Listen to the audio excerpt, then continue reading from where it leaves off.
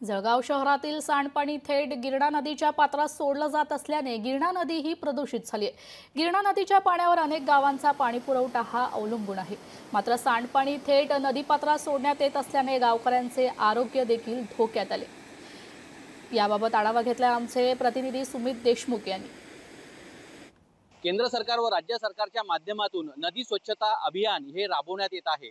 मात्र दुसरीकडे जर बघितलं तर जळगाव शहरात प्रशासनाचं नदी स्वच्छता अभियानाकडे विसर पडल्याचं आपल्याला चित्र पाहायला मिळालेलं आहे। आपण आहोत जळगाव शहरातील बांबुरी या गावात। या गावातून गिरणा नदी ही वाहत असते। गिरणा नदीचं पावित्र्य मात्र या ठिकाणी धोक्यात आलेलं आपल्याला पाहायला मिळत आहे।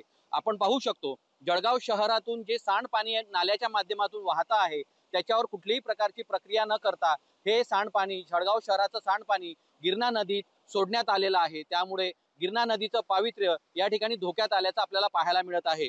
जे सांडपाणी या नदीमध्ये सोडल्यामुळे नदीचं पात्र हे प्रदूषणयुक्त झालेलं आहे। मोठ्या प्रमाणात या ठिकाणी प्रदूषण झालं असून पाण्याची दुर्गंधी या ठिकाणी वाढलेली आपल्याला पाहायला मिळत आहे। एवढंच नाही तर नदीच्या पात्रामध्ये असलेल्या ज्या विहिरी आहेत त्या चार्ज होऊन जवळपासच्या गावातील पाणी गावाला या नदीच्या विहिरींच्या माध्यमातून पाणी पुरवठा केला जातो। मात्र या सांडपाण्यामुळे नदीचं पाणी गढूळ झालेलं आहे, प्रदूषण झालेलं आहे। आता या पाण्याचा पुरवठा जर गावाला झाला तर कुठेतरी नागरिकांचं आरोग्य धोक्यात असल्याचं या ठिकाणी चित्र पाहायला मिळत आहे।